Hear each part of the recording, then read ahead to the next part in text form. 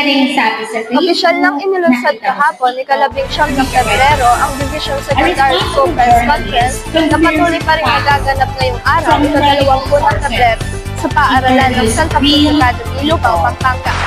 Sa pagbubukas ng laban na ito, kapansin-pansin ng sigla at dedikasyon ng mga campus journalists mula sa iba't ibang panig ng dibisyon sa Pampanga, kasama ang kanilang mga guro at tagapagsanay na patuloy na gumagabay at sumusuporta sa kanilang paglalakbay sa mundo ng pamamahayag.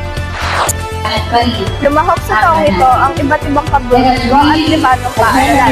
Dala ng bawat lalahok ang kanilang sariling kaalaman, kasanayan at determinasyon upang ipakita ang galing sa iba't ibang larangan ng campus journalism at ipagmalaki ang kanilang sariling paaralan.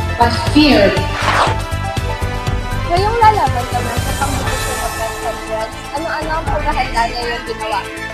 Masinsinang pagsasanay po ang aming ginawa dahil mas mataas po yung tension ngayon kumpara noong CSS.